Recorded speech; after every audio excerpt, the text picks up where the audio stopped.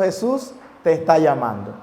El mensaje de hoy es un mensaje especial y lleva como título Cuando te quedes sin aliento. Saben, hay situaciones en la vida que literalmente nos hacen quedar sin aliento, nos hacen sentir que no vale la pena ya continuar, que ya nos hemos quedado sin fuerza. Creo que el énfasis de toda esta semana de campaña ha sido ese, ¿verdad? Cuando estamos gastados, estamos cansados, pero Cristo Jesús viene para darnos nuevas fuerzas. Amén. La palabra de Dios dice que los jóvenes se flaquean, se cansan, dice, pero los que esperan en Jehová serán renovadas sus fuerzas. Y yo creo fielmente en eso. Hay situaciones o hay días que llegan momentos que nadie los espera. Una mala noticia. Las malas noticias siempre están presentes en nuestro diario vivir. Una palabra que no esperabas y de una persona que tú no esperabas. Una traición, un derrumbe repentino de lo que era tu futuro. Una situación que cambia totalmente tus planes. Todas esas cosas nos pueden hacer caer, nos pueden hacer sentir que no vale la pena continuar.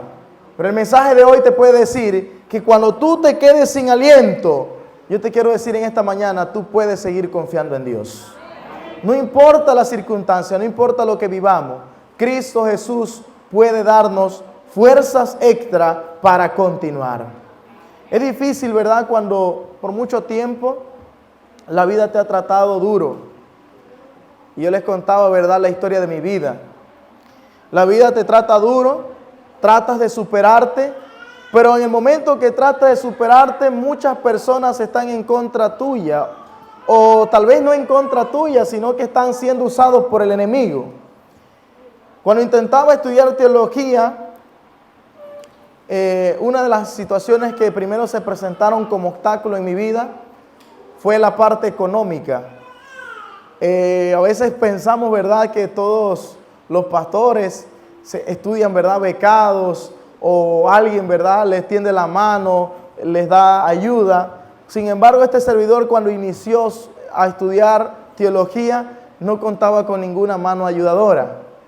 Y cuando me dicen a mí el costo de la licenciatura, yo en mi ignorancia, hermanos, pensaba que yo por ser miembro de iglesia, o por haber sido anciano de iglesia, haber dado campaña, a mí me iban a hacer un precio especial en la universidad.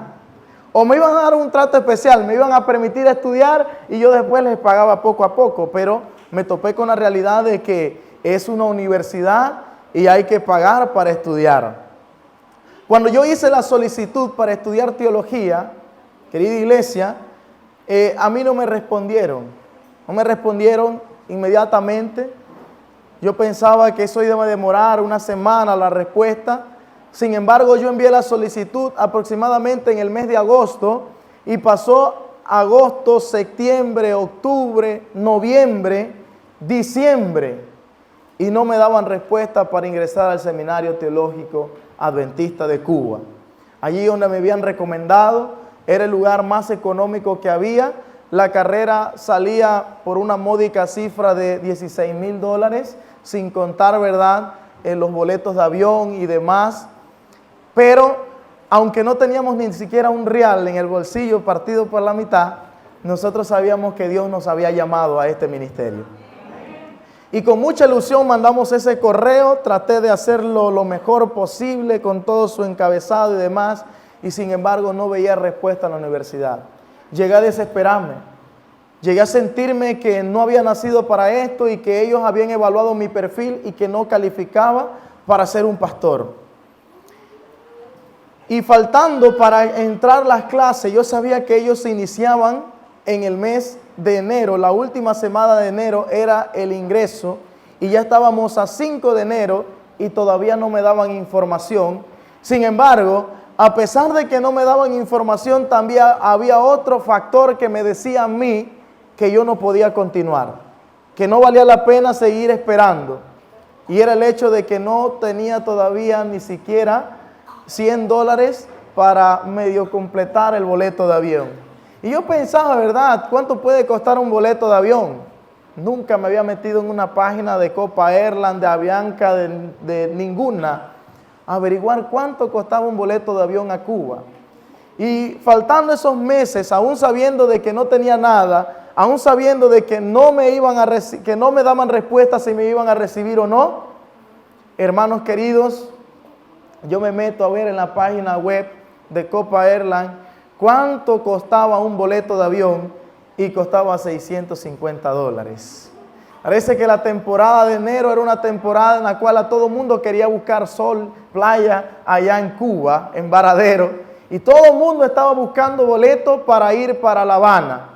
Y yo pregunté, ¿no hay una manera más económica de hacerlo? Bueno, si usted es estudiante y tiene una residencia temporal, nosotros le podemos vender el boleto de avión, pero solamente de ida, y le sale un poco más económico en $400. Era 375 más el ITBMS, salía en $400. Y bueno, este ya está alcanzable. Pero yo todavía no tenía respuesta, sin embargo ya yo estaba averiguando para comprar un boleto de avión. Allí con lo que pudimos entre mi familia fui recolectando y le digo yo algo, yo acudí a un hermano que en el distrito eclesiástico donde yo era tenía mucha fama, ¿verdad? De que tenía recursos y lo tenía, ¿verdad? Tenía muchos buses, una flota de bus. Y yo me acerco allí diciendo, yo voy a estudiar teología, yo voy a ser un pastor y los hermanos me van a apoyar. Y me acerco a él y le digo, hermano, yo voy a estudiar teología, yo tengo que comprarle el boleto de avión porque las clases inician a fin de mes y vengo a ver usted en qué me puede apoyar. Y él se queda viendo y dice, ay hermano, se metió la mano en el bolsillo y sacó, literalmente, esto no es broma, sacó 35 centavos y me dijo, mira, eso es lo que tengo aquí. Hermano, yo me entristecí, yo dije, si el que más de curso tiene me dio 35 centavos, ¿qué me va a dar aquel hermanito que vive del día a día? Yo dije, esto no va a tener buen resultado. Hasta ese entonces había conseguido solamente $250 haciendo la vaca. El distrito hizo otra recolecta y me dieron otro apoyo y ya estaba llegando entre poco a la meta, ya faltando solamente una semana. ¿Recuerdan que les conté que recibí un correo electrónico? En ese correo electrónico decía, usted, Yoriel Jean Paul Guerra González, ha sido aceptado en el Seminario Teológico Adventista de Cuba, debe presentarse el día lunes tal, en tal horario, y acercarse, ¿verdad?, a la vicerrectoría estudiantil, hacer el arreglo de pago y decía así entre comillas, traer el dinero de la matrícula. Yo decía, bueno, yo estoy luchando para el boleto, después yo pienso en esa matrícula. Y hermanos, compré el boleto de avión de ida, no tenía de venida. Sin embargo, yo no sabía, ¿verdad?, que yo todavía, por ser de primer ingreso, no tenía el carnet temporal. No tenía esa documentación en la cual el personal de migración en el país que yo iba me podía dejar allí con un boleto solamente de entrada. Y cuando yo llego allá aquí al Aeropuerto Internacional de Tocumen, yo nunca había salido así fuera de mi provincia. Yo venía así todo temeroso, todo miedoso, no sabía en qué bus montarme, en qué hacer, no sabía si me iban a asaltar, pero no sé cómo di, pero yo llegué al Aeropuerto Internacional de Tocumen. Y allí llegué preguntando, averigüé cuál era el lugar, la puerta de ingreso, entré y cuando llego allí, las autoridades panameñas no me dijeron nada, simple y sencillamente me pidieron el pasaporte y me dejaron entrar al avión. Yo dije, bueno, ya la hice, voy dispuesto a llegar a Cuba. Pero había un pequeño detalle que no se los he contado. Y es que el seminario me había respondido que yo iba a ser aceptado. Y cuando ellos me mandan ese mensaje, fíjese, la primera vez que yo le mandé su mensaje demoraron casi 6 meses para responderme. Y yo pensé, ¿verdad?, que era que allá tenían un problema con internet y me di cuenta que el problema era más serio. En Cuba no hay internet. Ahora están teniendo internet móvil hace unos 3 o 2 años atrás, pero ellos no tenían acceso a internet. La universidad no tenía internet, así que ellos revisaban los correos cada cierto tiempo y cuando le le parecía a ese internet cargar los correos. Y esa era la razón por la cual ellos no me habían respondido a tiempo y el correo se había enviado tarde y por eso que yo había recibido el correo tarde. Pero había un pequeño detalle que yo, ¿verdad?, con mi ánimo, con mi deseo de estudiar, no había contemplado. Y es que cuando ellos me mandan a mí el correo de que yo iba a ser recibido, yo le dije en el correo, yo llego tal día porque ya yo tenía mi boleto. Llego tal día a tal hora. ¿Quién me va a recibir? Porque la pregunta es, yo voy en el avión y voy a llegar al aeropuerto internacional de José Martí. Pero la pregunta es, ¿cómo llego ahora yo a la universidad o al Seminario Teológico Adventista de Cuba?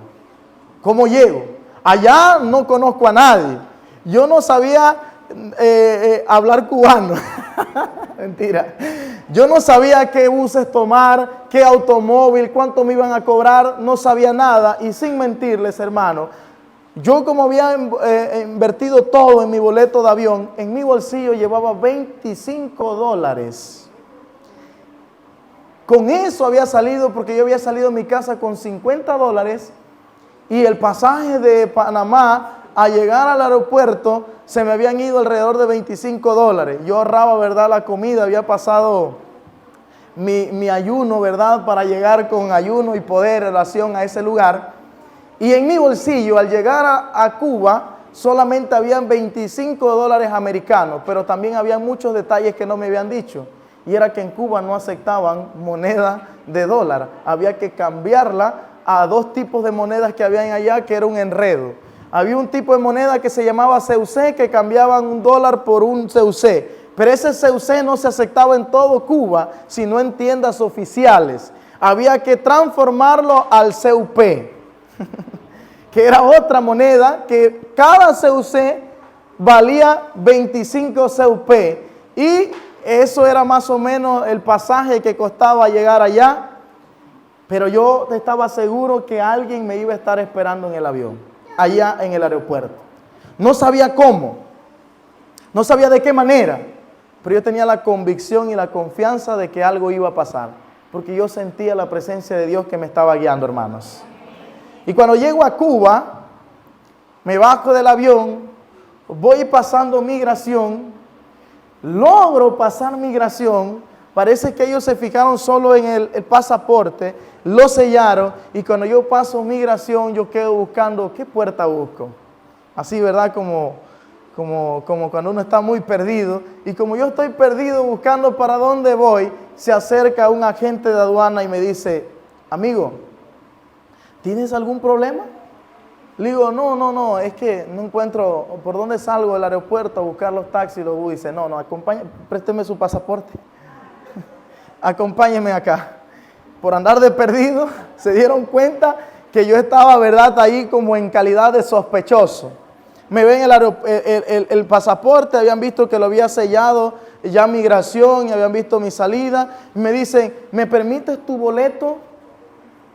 Y donde yo le presento el boleto me dice, pero joven, tú no tienes boleto de salida del país.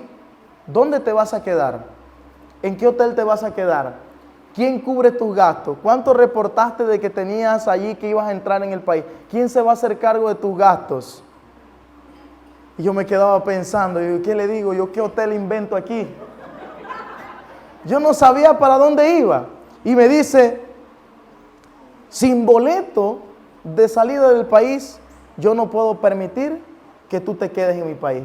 En este momento, espéranos en este cuarto, porque vas a ser deportado a tu país de vuelta. Y hermano, en esa situación, cuando me dicen la palabra deportado, decayó mi semblante y sentí que Dios me había abandonado. Sentí que ese deseo que había iniciado de ser pastor se había terminado. Y situaciones como esta, dejo en pausa, después continuamos. Que en esta situación o en estas circunstancias de la vida, ¿qué hacemos nosotros? Cuestionamos a Dios, Le decimos por qué nos permitió hacer todo esto. Yo sabía el sacrificio que habían hecho mis familiares, mis hermanos de iglesia, venía de una iglesia que era de escasos recursos. Habían confiado de que yo iba a estudiar teología, habían confiado de que yo iba a ser un pastor, pero situaciones como esta, cuando te dicen que me agarraron el pasaporte, no me lo dieron, me secuestraron las bolsas, me metieron allí, me encerraron con llave y me dijeron, vamos a esperar el siguiente vuelo de regreso a Panamá porque vas a ser deportado en nuestro país. ¿Qué hacer? Situaciones difíciles, situaciones que te dejan sin aliento, situaciones difíciles que te dicen, ya no puedo continuar. He sentido que Dios me ha abandonado. En esa misma circunstancia, un grupo de jóvenes o una pareja de jóvenes del antiguo Israel se encontraban. Y en el libro de Hechos capítulo 2, versículo 1 en adelante, relata esta fascinante historia. Y dice así Josué capítulo 2, versículo 1 en adelante. Y la pregunta que nos hacemos es, ¿qué pasa cuando en momentos así perdemos el aliento? La pregunta que cabe mencionar es, ¿tú puedes seguir confiando en Dios? Pues la respuesta es, tú puedes confiar en Dios. Él nunca te ha abandonado. Dios quiere que tú y yo sigamos confiando en Él, aunque no tengamos el control de la situación, porque Dios hará por nosotros aún lo imposible. Y veamos en esta gema bíblica, en esta fascinante historia, cuán fiel es Dios a sus promesas, y aunque el hombre falle en su deber, aunque el hombre no cumpla con toda la parte que le toca, te quiero decir algo, sí se puede confiar en Dios, pero debemos aprender a permanecer en Él. Amén. La situación internacional prevalente de Israel en aquel entonces, de acuerdo al plan y el control que Dios le había dicho a las naciones, es que ellos iban a gobernar sobre ese lugar al cual Dios le estaba dando. Era la tierra de Canaán. Y allí está la entrada por fin del pueblo de Israel a esa tierra prometida. Y se tenían que topar con una de las ciudades más poderosas de aquel entonces en esa tierra de Canaán. Era Jericó.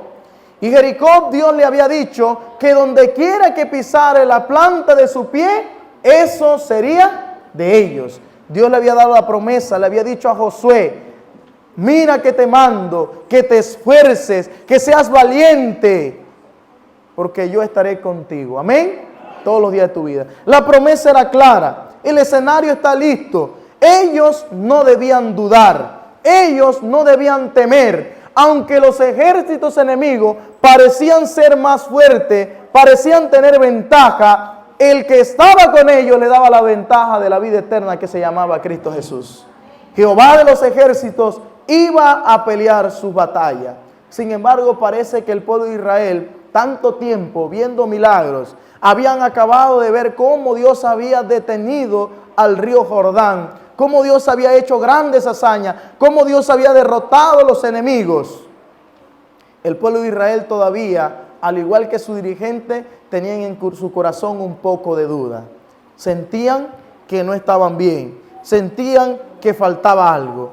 Y en ese escenario, en el año 1400 antes de Cristo, se encuentra este panorama bíblico que vamos a leer a continuación. Dice así: Josué, hijo de Nun, envió desde Sitín 2 espías secretamente. Amén. Y les dijo: id a explorar la tierra y a Jericó. Ellos fueron, entraron en casa de una ramera que se llamaba Rahab y se hospedaron allí. Entonces le fue dado aviso al rey de Jericó, y uno de los hijos de Israel los han venido aquí esta noche para espiar la tierra. ¿Qué contexto más interesante? La Biblia menciona que Josué envió desde Sitín 2 espías de una manera o con una misión en concreta. La misión de estos 2 espías era, como lo dice su nombre, espiar la tierra. examinarla, ver los puntos débiles, ver los puntos fuertes y traer esa información. Pero toda esa misión que debían realizar estos dos espías debía llevarse como secretamente. Era algo que nadie podía enterarse, nadie podía saberlo. Sitín estaba relativamente cerca de Jericó. Estaba alrededor de 17 kilómetros de distancia.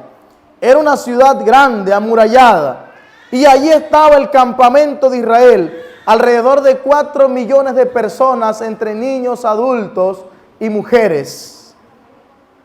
Pero la promesa de Dios era claro: nadie te podrá hacer frente.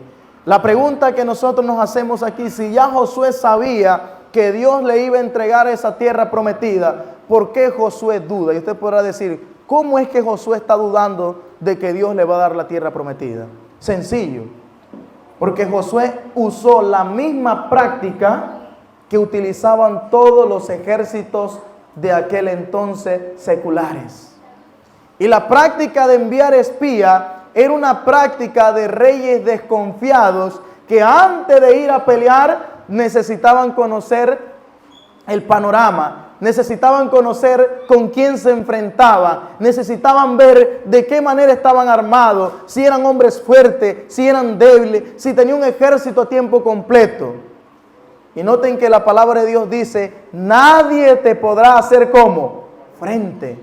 Sin embargo, Josué, en vez de creer ese mensaje, en vez de estar creyendo de que Dios le había dado ya en posesión esa tierra, Josué dudó, y también los que con él estaban, porque envió a explorar la tierra para ver si lo que Dios le había dicho era cierto. ¿Qué ganaba Josué con enviar espías? Tal vez algunos podamos decir: lo que pasa es que Josué y su compañero Caleb eran también, ¿qué cosa? Unos espías. El mismo Josué y su compañero Caleb habían ido en una misión de espía cuando Moisés estaba vivo. Pero ellos no habían ido solamente 2, sino que habían ido 12 a espiar la tierra. Pero en aquel momento Dios le había dicho que fueran. Sin embargo, cuando vinieron a dar el informe a Moisés, la palabra de Dios menciona que 10 de esos espías dijeron que no podían hacerle frente. Ahora nosotros entendemos por qué Josué, en vez de mandar 12, mandó 2. Porque Josué, aunque estaba dudando, no quería malas noticias. Y se estaba asegurando que esos 2 espías, que en aquella ocasión fueron él y Caleb, trajeron buenas nuevas, y 10 trajeron mensajes negativos. Esta vez él mandó 2 para que esos 2 le trajeran un mensaje positivo y él pudiera creer. Yo pregunto, ¿será que hay situaciones en la vida que nosotros primero queremos como meter el piecito así y tantear a ver si el agua está fría o está caliente? Somos tan desconfiados que muchas veces nos encontramos también desconfiando de Dios. ¿Será verdad que Dios me está llamando? Yo no creo mucho. Yo más creo que alguien me está presionando a tomar una decisión con Dios. Yo te quiero decir algo: nunca dudes del llamado de Dios, porque el llamado de Dios siempre está en presente, siempre está haciendo énfasis en el día de hoy. Amén. Pero Josué estaba dudando.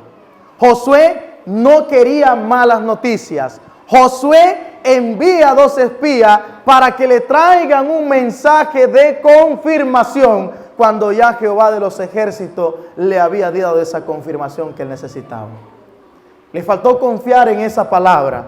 Y ahí está el pueblo de Israel mandando desde Sitín a ese lugar a 2 espías secretamente. Así que estas personas no sabemos quiénes eran, porque la Biblia no revela los nombres de estas 2 personas. Pero lo que sí nosotros podemos saber era que dentro de todo ese ejército que tenía el pueblo de Israel para conquistar la tierra prometida, es probable que estos 2 hombres sean de los más preparados. Porque cuando se manda una misión de tal alcance, de tal magnitud, no se envía a cualquier persona, se envía a las personas mejor preparadas. La misión tenía un objetivo, ir secretamente, recolectar datos. Y para que esa misión se llevara con éxito, no podía el ejército enemigo enterarse de que ellos habían llegado, ni tampoco saber el objetivo por el cual habían llegado. Y eso iba a dictaminar el éxito de esa operación secreta. Pero ahora nos encontramos aquí que los espías no han llegado. Hay situaciones en la vida que parecen irónicas y cómicas. Y la Biblia no está alejada de esta realidad. Fíjese que dice la palabra de Dios que ellos no habían llegado bien todavía. No estaban todavía muy bien instalados en Jericó. Cuando en el versículo 2 dice la palabra de Dios, ellos entraron a casa de una mujer llamada Rahab, que era ramera, y el versículo 2 dice, llegaron, y ya en el versículo 2 la palabra dice, ya fue dado aviso al rey. Qué rápido vuelan los chismes, ¿verdad? Primero, ellos debían llegar y que nadie se enterara, pero ya lo sabe hasta el rey. Eso quiere decir que ya toda la nación de Jericó sabía que ellos habían llegado. Su primera labor como espías ya había fracasado. Y la segunda labor era que no debían saber de dónde venían. Pero también la palabra de Dios dice que ya se había dado aviso al rey de Jericó de que 2 ciudadanos israelitas estaban allí. Ya sabían su procedencia. Así que su segunda tarea también ha fracasado. Ahora vamos a ver si la tercera misión que ellos tenían que hacer era saber el objetivo por el cual estaban allí. Y dice la Biblia, han venido a espiar la tierra. Todos sus armas, todo su implemento, toda su logística, todo su plan estratégico, entendemos por la palabra de Dios que ha sido un rotundo fracaso. Hermanos, a veces nosotros luchamos, hacemos lo que queremos, hacemos y nos esforzamos para lograr un objetivo, pero parece que nada en la vida nos va bien, porque cada plan que hacemos, cada plan es un fracaso rotundo. Y no hay nada más terrible cuando tú comienzas a estudiar una carrera y al cabo del tiempo te das cuenta que no te vas a poder graduar porque has fracasado. Te sientes como destruido, te sientes sin aliento, te sientes sin ánimo, te sientes sin esperanza. Mucha gente se retira de la iglesia porque siente que va a fracasar y porque ha caído siente que ya ha fracasado. Los espías probablemente, ¿verdad? Algo no les salió bien, ¿verdad? ¿En qué fallaron los espías? No sabemos. Lo que sí es seguro es que la misión de los espías era un rotundo fracaso. Estaban allí, ya se había dado aviso al rey, ya se había dicho la misión y ahora se encuentran en apuros, se encuentran en problemas. Y ahora, como dicen por allí, ¿verdad? Los que les gusta ver muchas series, ¿quién podía ayudarlos? Ellos no podían pedir a un superhéroe que llegara ahí a rescatarlo. Estaban presos en un lugar desconocido, con gente desconocida, con una mujer de reputación terrible. El lugar donde estaban era la casa de una mujer llamada Rahab, de profesión ramera. La Biblia está llena de estas situaciones, hermanos.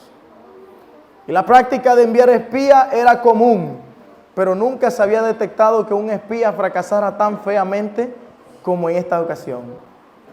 Ni siquiera cuando habían ido los 12, que eran muchos más, habían tenido una misión tan terrible como la que habían tenido estos 2 ciudadanos. La pregunta es, ¿cómo se dieron cuenta de que ellos eran espías? ¿Cómo se dieron cuenta que ellos eran israelitas? ¿Cómo se dieron cuenta de que venían a espiar la tierra? Seguramente usted podrá pensar, ¿será que abrieron la boca? A alguien le contaron lo que no tenían que contarle. Eran personas taquillosas. Tal vez fue que se tomaron una selfie y dijeron aquí espiando y la subieron a las redes sociales. No sabemos. Lo que sí sabemos es que ya todos sabían el objetivo y esa misión era un rotundo fracaso. Los espías ahora se preguntan, ¿a dónde iremos para quedarnos a salvo? Aquí no conocemos a nadie. ¿Quién nos sacará de esta situación tan terrible? Es mejor la muerte. Y cada minuto que pasa es un minuto de incertidumbre, de problema, de dificultad, porque está en un territorio enemigo y está en juego su vida. Pero ahora la historia bíblica da un giro. Y la palabra de Dios dice que consiguen un aliado en ese lugar. Rodeado de enemigos, rodeado de personas que querían matarle, ellos por fin encuentran a un aliado. Pero ese aliado no es el que cualquier persona como ellos quisiera tener en ese momento. Y hermanos, Dios puede hacer de cosas que para nosotros parecen insignificantes, puede hacer cosas magníficas. De lo que nosotros pensamos que no tiene valor, Dios puede rescatarte en medio de un minuto de desesperación. Lo que todo israelita menospreciaba, lo que no se le daba valor en su cultura, se convirtió en su mayor aliado. Y dice la palabra de Dios, versículo 3, el rey de Jericó mandó a decir a Rahab, saca a los hombres que han venido a verte y han entrado a tu casa porque han venido a espiar toda la tierra. La aliada de estas personas es una mujer de dudosa reputación. Y voy a ponerles en contexto. Una persona de esa cultura o de ese entorno social donde ellos se manejan, a la mujer no se le tenía ni siquiera permitido hablar en público. Y si iba a hablar en un entorno familiar, en un pequeño grupo, debía primero pedirle permiso a su esposo y el esposo solicitar el permiso para que ella pudiera hablar algo corto y callar. Una mujer normal. Las mujeres no tenían voz, no tenían voto, eran solamente vistas para reproducirse y criar bebé. Qué duro, ¿verdad, mujeres? Hoy en día nos mandan, pero en aquel entonces no. Y sigue diciendo la palabra de Dios lo siguiente, que esa mujer no solamente está hablando, sino que ha tomado el control de la situación.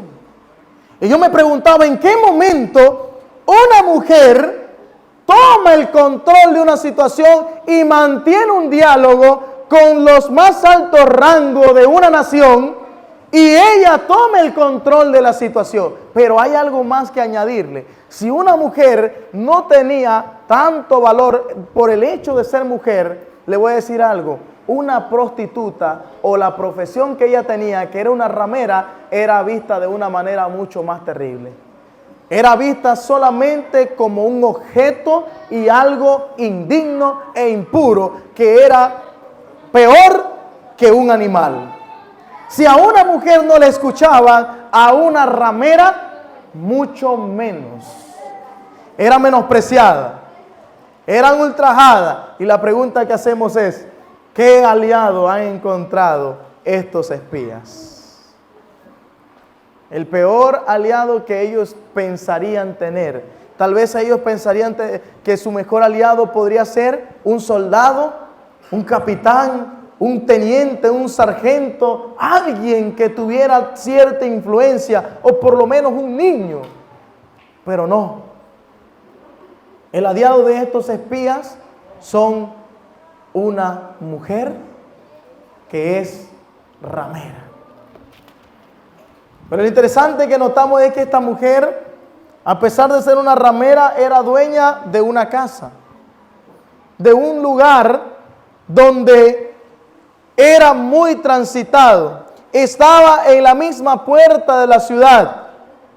Tenía su propia casa, pero era una casa para pasadías. Era un lugar donde todos los que venían de las demás partes de ciudades aledañas a comercializar a Jericó, pasaban por allí, pasaban la noche y continuaban su camino. No era un lugar frecuentado por personas que testificaban de un Dios todopoderoso. La pregunta es, ¿cómo llegaron estos dos hombres a un lugar como este? Porque a ellos no se les ocurrió espiar en otro lugar que no fuera en una casa de una prostituta. No había otro lugar. ¿A qué lo mandaron a ellos? A espiar el fuerte, a espiar la ciudad, pero se encuentran en casa de una mujer prostituta. Era estratégico. Esta casa era un punto estratégico también, ya que en ese lugar pasaban todos los mercaderes, todas las personas que transitaban. Estaba al lado de la puerta. En ese lugar se escuchaban los rumores. Allá en Sitín está acampando un pueblo grande. Y dicen que son el pueblo de Israel, aquel que salió de Egipto, aquel que destruyó el imperio más poderoso, aquel que cuando pasa nadie le puede hacer frente, y vienen hacia acá. Nosotros no sabemos, si no conocemos, ¿verdad?, la historia arqueológica, cuál era el pensamiento de los habitantes de Jericó. Pero de ya le adelanto algo: todos los habitantes de Jericó tenían miedo de esa nación poderosa. Que aunque no era poderosa porque no tenían territorio, sabían que alguien andaba con ellos, y ese era el Dios de los ejércitos, Jehová Todopoderoso. Además de trabajar como ramera, esta mujer se dedicaba a macerar lino y a fabricar telas en la parte de la azotea, en la parte de arriba. La pregunta es, ¿qué pensaron sus padres? ¿Qué pensaron aquellas personas que estaban en ese lugar acerca de los hombres que estaban en ese lugar? Es claro, sabían que Rahab estaba encubriendo a unos delincuentes. Porque nosotros vemos desde el punto de vista de que Dios le había dado el poder y la conquista, pero el punto de vista de los habitantes de Jericó era que Rahab era una traicionera. Aparte de ser una mujer prostituta, aparte de ya tener mala reputación, es una mujer que es ahora una traicionera de toda la nación. Quizá eso es lo que le daba a ella el deseo de tener una segunda oportunidad. El Código Hammurabi, que data del año 1692 a.C., dice, era la ley que regía a Jericó. Y en una de esas leyes que regía a Jericó decía lo siguiente: si una mujer o si alguien que se dedique a dar pasadías, en cuya casa se reúnen criminales y ella o ellos no lo detienen y las entrega a las autoridades, tal persona será castigada con la muerte. Pero no era castigada con la muerte el simple hecho de ir y que lo colgaban en una horca, sino que aparte de ser de matarlos, eran torturadas en un madero, no en una cruz, sino en un madero. Eran torturados, eran golpeados y se ponían a las afueras de la ciudad y se les dejaba morir de hambre y de sed en la intemperie del sol.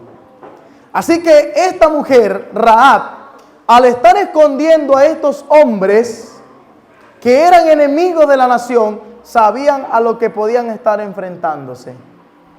Pero yo me pregunto, ¿será que estos hombres no sabían que los espías se encontraban en esta casa? Nosotros analizamos nuevamente el pasaje y el pasaje bíblico dice que la orden del rey es clara. La orden del rey a sus soldados es: vayan a la casa de Rahab y díganle que ¿qué cosa? Que saque a los espías. Es decir, el tema en cuestión aquí no es si había duda de que los hombres estaban allí o no estaban, porque ellos tenían la seguridad de que en la casa de Rahab se encontraban los espías. Y yo me pregunto, ¿cómo acostumbraban a hacer estos países o estas naciones cuando tenían la seguridad? Ellos no iban a preguntar o a dialogar con nadie. Ellos tenían la misión de ir y destruir, desenterrar y sacar a los espías. Pero ahora nosotros encontramos que el Espíritu Santo interviene a través de una mujer. Rahab decide ponerse de lado y esconde a estos jóvenes en la azotea, donde grandes atados de lino, y sacándoles dice: escóndanse allí.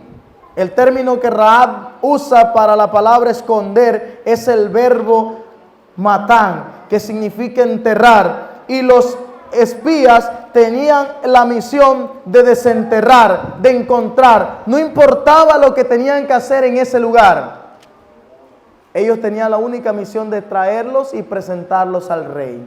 Ellos no iban allá a dialogar con nadie. Ellos iban con una misión. Esa misión era sacar a los espías. No solamente ahora están en problemas los dos espías, sino que Rahab, la ramera, también se encuentra en serios problemas.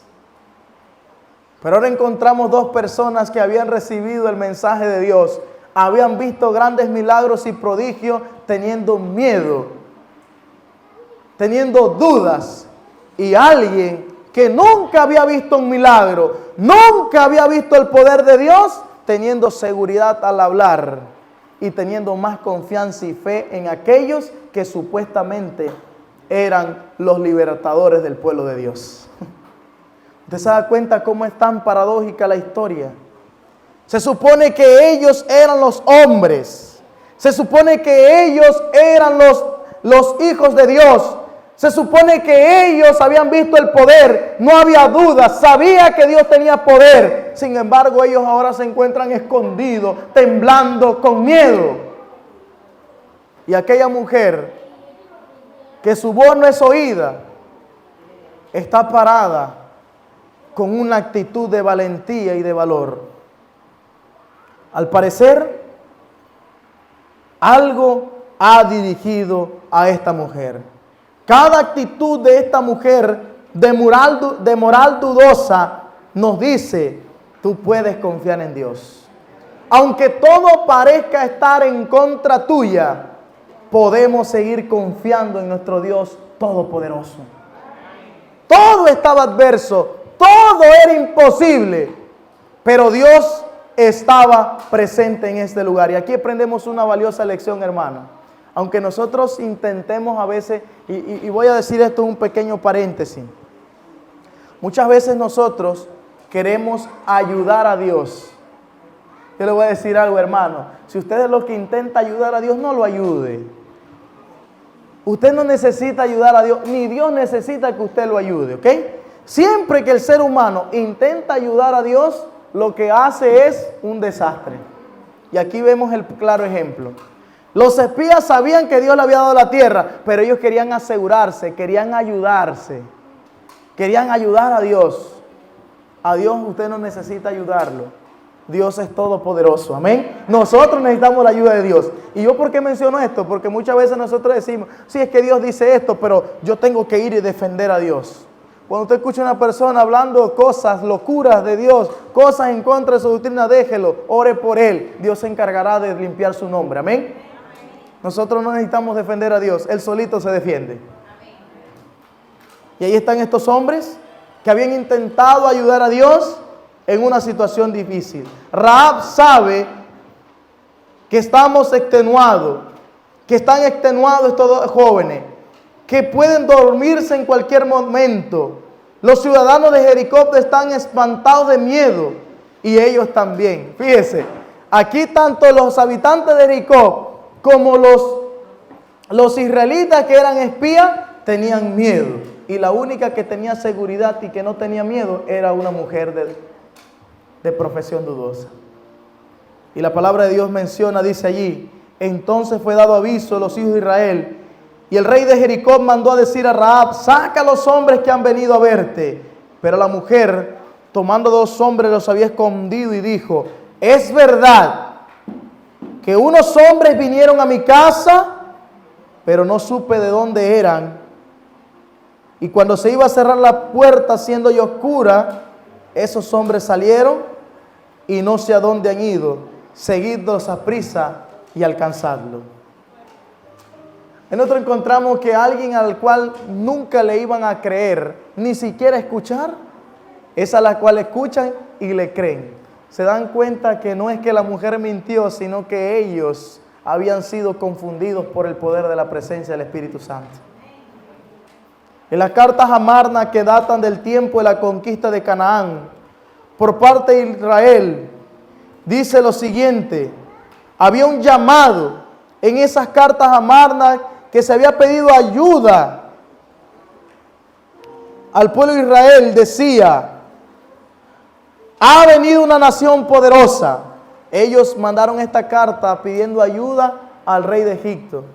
Y en esta carta de ayuda que pidió Jericó decía: ha venido una nación poderosa a la cual no podremos hacer frente. No pelean con armas, sino con espíritus. El pueblo de Jericó reconocía, porque antes de llegar al pueblo de Israel a Jericó, ya toda la nación de Jericó estaba atemorizada por el Espíritu de Jehová. Hermanos, Dios no necesita ser defendido. Dios no necesita que nosotros lo ayudamos para ver conquista. Él va a conquistar porque te lo ha prometido. Tú y yo tenemos que creer en el mensaje de Dios. Tú y yo tenemos que tener la confianza.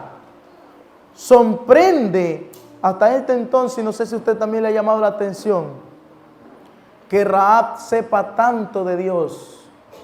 Porque ¿por qué se pone de lado de estos dos hombres? Rahab ya conocía de este Dios. Y no solamente Rahab, sino que todos los ciudadanos de Jericó sabían que había un Dios todopoderoso en Israel.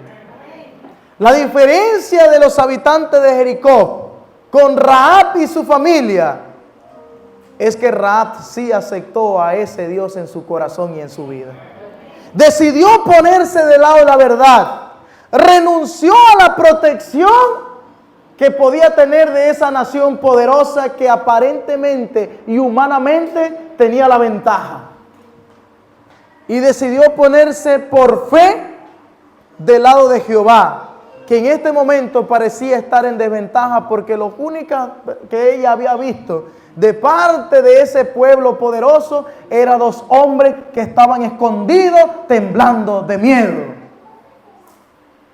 Hermanos, si ese testimonio, si esta mujer hubiese decidido entregarse a Dios por el testimonio de estos dos hombres, créanme que nunca lo hubiera hecho.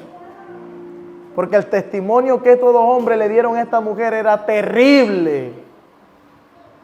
Porque esta mujer había escuchado un Dios todopoderoso, un Dios conquistador, un Dios que le iba a dar la victoria, tanto así que ella reconocía que su nación, su rey, su ejército no la iba a poder defender ante ese Dios todopoderoso. Pero ahora el testimonio que viene de las personas que están del lado de Dios, ella ve a dos hombres débiles, con miedo y que tienen falta de fe en el Dios que ella sí cree. Hermanos, la vida nos va a dar lecciones a nosotros. Nos da lecciones porque hay más fe muchas veces en personas que no conocen la verdad que tú y yo conocemos, que en nosotros que tenemos la verdad, no tenemos ni siquiera una pizca de esa fe.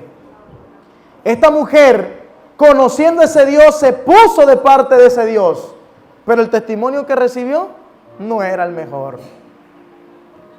Yo no sé si aquí ha venido algún amigo de visita, alguna persona nueva durante esta campaña, o alguien que ha sido lastimado y se ha ido golpeado, se ha ido de la iglesia por mucho tiempo, por el testimonio que daba. Nosotros aprendemos algo de la Biblia. Nunca el testimonio de los cuales Dios le manifiesta poder ha sido el mejor. Porque parece que entre más poder, parece que entre más verdad tenemos, más mal testimonio damos. Esta mujer no necesitó mucho, solamente necesitó escuchar de ese Dios maravilloso. La casa de Rahab sirvió de refugio, el lugar más impuro, el lugar más débil, el lugar con menos importancia, con menos protagonismo, pero en la presencia de Dios llegó a tener el mayor protagonismo de la historia de Israel. Porque gracias a esta mujer llamada Rahab, la palabra de Dios dice que está dentro de la genealogía de Jesús y el pueblo de Israel pudo conquistar Jericó. Este joven de la historia, estos dos jóvenes de la historia fracasaron, pero en medio de su fracaso pudieron tener una segunda esperanza en lo que menos ellos habían pensado. En situaciones así es que en la vida nos vamos a encontrar. Pero te quiero decir algo esta mañana. Tú puedes seguir confiando en Dios. A los amigos que hoy van a entregar su vida a Cristo Jesús, te quiero decir algo. Vendrán situaciones difíciles en tu vida que te pondrán en duda si continuar o, como quien dice, tirar la toalla. Pero te quiero decir algo. Tú puedes seguir confiando en Dios, porque Él te dará la victoria sobre el pecado y te dará una nueva vida y oportunidades en momentos difíciles. La pregunta que nosotros nos hacemos es, ¿podemos nosotros en esta mañana seguir confiando en Dios? A veces cuesta. Y más como yo, que estaba en ese cuartito esperando la deportación, esperando recibir la noticia de que en efecto he fracasado. Nada se me ocurría. Por más que hablaba que quería estudiar por pastor, yo no sabía que Cuba era un país ateo. Y la mayoría de la gente no cree en Dios ni... ¿Qué es Dios? Es un país de mucha ciencia. Y cuando yo me paro allí y le digo, mire, yo voy a ser pastor. Sí, yo también, yo soy abogado, dice, y nada tiene que ver con esto. Usted va a ser pastor, pero aquí no. Usted es lo que se va a devolver a su país. No había forma de entrar. No había manera de salir de ese problema. No había manera de salir corriendo y escaparme al aeropuerto. Estaba preso literalmente. Y solamente me esperaba la deportación. Y comencé a llorar y a decir, Señor, ¿por qué me hiciste venir y pasar esta vergüenza? Ahora yo tengo $25, no he comido en un día entero. Y no sé si me alcance para regresar a mi casa. Y cuando yo llegue a mi casa, ¿qué le voy a decir a mi mamá? ¿Qué le voy a decir a los hermanos? Voy a quedar con una deuda porque ahora tengo que pagarle el dinero. Pero hermanos, en ese momento, como por luz del Espíritu Santo, me acordé de algo. Y dije, oiga, joven, venga acá. Dice, dígame, caballero, ya estamos haciendo el trámite para que usted se devuelva en el mismo avión que vino. Ese avión va a salir, estamos haciendo todo el arreglo, dígame, ¿qué se le ofrece? Es que no me acordaba que mis documentos los tienen allá afuera y me están esperando allá afuera. ¿Usted se comunicó con ellos? No, pero ellos me están esperando allá tienen. ¿Usted está seguro? Mire, yo le voy a decir algo. Si usted me hace ir allá afuera por gusto, lo mando allá mismo en el avión. Y yo quedé allí dudando. Yo digo, ay, ya qué problema me he metido. Voy a quedar yo como un pastor mentiroso. Pero yo le decía, no, allá afuera me están esperando. Hay una persona del Seminario Teológico Adventista de Cuba que me está esperando y tiene mi documentación de que yo soy un estudiante de nuevo ingreso en la universidad o en el Seminario Teológico Adventista de Cuba. Voy a ir. Cuídamelo aquí, compañero. Y se fue. Yo estaba aquí, Señor, por favor, que esté alguien, por lo menos que alguien ahí esté. O que alguien diga que me conoce. Nadie me conocía. Señor, pasa algo. He confiado en ti. Esta es mi última carta de desaspero. Cuando se acerca la muchacha dice, compañeros, sí, allá hay alguien afuera y parece que es como ¿usted tiene familiar aquí? No, parece su papá porque es igualito a usted. Y yo le dije, wow, ya tengo un familiar. Y sí, allá tiene un letrero, un cartel que dice, bienvenido Yoriel Guerra, Seminario Teológico Adventista de Cuba, y aquí le mandan esto, el carnet de estudiante. Usted puede ingresar a nuestro país. Hermanos, cuando yo salí a ese lugar y yo veo a este señor que era el chofer del Seminario Teológico Adventista, esposa de mi profesora de hebreo, y yo la veo a él con ese letrero, yo salí y lo abracé, y él me dijo, oye, qué alegría tienes de estudiar teología. Él no comprendía lo que me había pasado. Yo le digo, gracias. ¿Por qué no me respondieron? Dice, es que no hay internet en la universidad, pero logramos ver tu mensaje y aquí te estaba esperando hacía 2 horas. ¿Por qué no habías dicho que te estábamos esperando? Es que yo no sabía que alguien me iba a estar esperando. Hermanos, esa fue la felicidad de ese momento. Dios me había permitido. Pero cuando llego a la universidad, esa felicidad se acabó.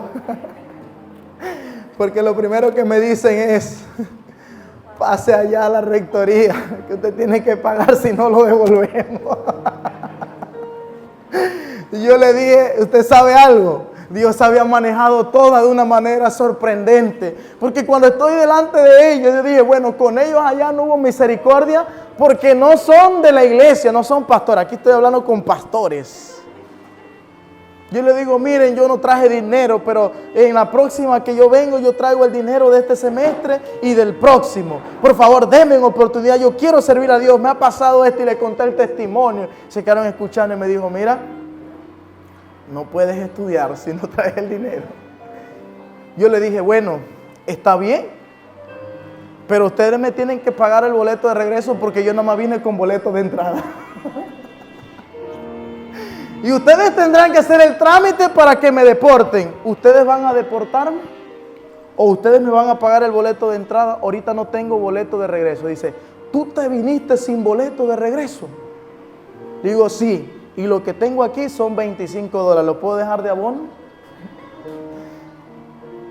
Hubo una reunión en ellos allá interno y dijeron, mira, nosotros no permitimos esto, pero te vamos a dar oportunidad. Vamos a hacer una llamada ahorita mismo allá a la Unión Panameña y a ver si te conoce.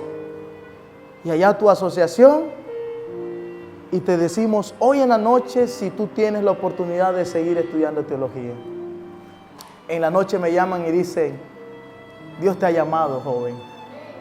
Te conocen. Saben que tú has predicado. Bienvenido al Seminario Teológico Adventista de Cuba. Hermano, yo quisiera tener otra semana más para yo contarle cómo Dios dirigió mi carrera. Pero yo les resumo en esto y me voy a saltar muchas cosas para decirle la última recta final para estudiar teología.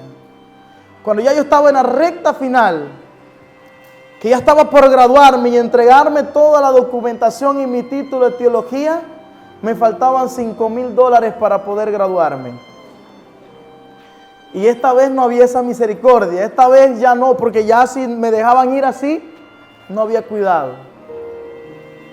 Pero hermanos queridos, lloré con fe. Yo le dije, Señor, tú me trajiste hasta aquí. Yo sé que tú me darás la salida. Hermanos, un pastor cubano que cobraba o cobran $15 mensuales. Ese es el sueldo del pastor allá en Cuba. El pastor en Cuba no se dedica a tiempo completo, se la pasan vendiendo maní, maniturrón, cosas así, para sobrevivir. Se acercó este pastor el día en que tenía como último plazo para pagar los $5,000 y me entregó $5,000 uno encima del otro. Un pastor cubano. Y yo me preguntaba, ¿cómo ese pastor teniendo tanta necesidad me viene y me entrega este dinero? Y dice, mira, yo le hablé de tu caso a una hermana en Estados Unidos. Le conté tu experiencia. Le conté tu estadía aquí en Cuba. y sin dudarlo, el día de ayer me enviaron $5,000 para ti. Hermanos, muchas veces sentí desmayar. Muchas veces sentí que no podía continuar. Pero a lo largo de mi vida, a lo largo de todo lo que he vivido, yo he podido comprender algo. Tú y yo podemos confiar en Dios. Dios nunca nos dejará y nos va a dar la victoria sobre cualquier situación que enfrentemos. Yo quiero tener una oración especial por la iglesia de Nuevo Emperador. Todos a los miembros que deseen tener esta oración de renovar sus pactos, de fortalecer su vida con Dios, yo le invito a estar en pie en este momento para tener esta oración. Cristo Jesús viene por un pueblo unido, un pueblo que no teme, un pueblo que no duda, sino un pueblo que será triunfante en el día majestuoso cuando Él venga en gloria y majestad. Él viene por ti. Amén. Vamos a orar. Cariñoso Padre que estás en el cielo, gracias te damos.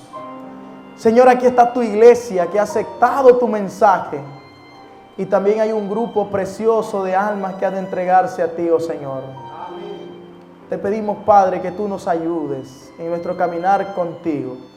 Fortalece nuestras vidas espirituales.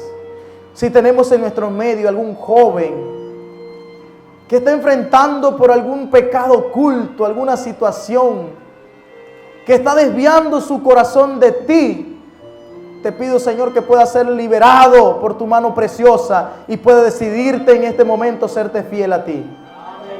Oramos también por cada líder, por cada miembro de esta iglesia. Fortaléceles. Ayúdanos a aferrarnos más a la fe para a fin de recibir la vida eterna en Cristo Jesús. En tus manos estamos, Señor, en el nombre poderoso de tu Hijo amado Cristo Jesús. Amén.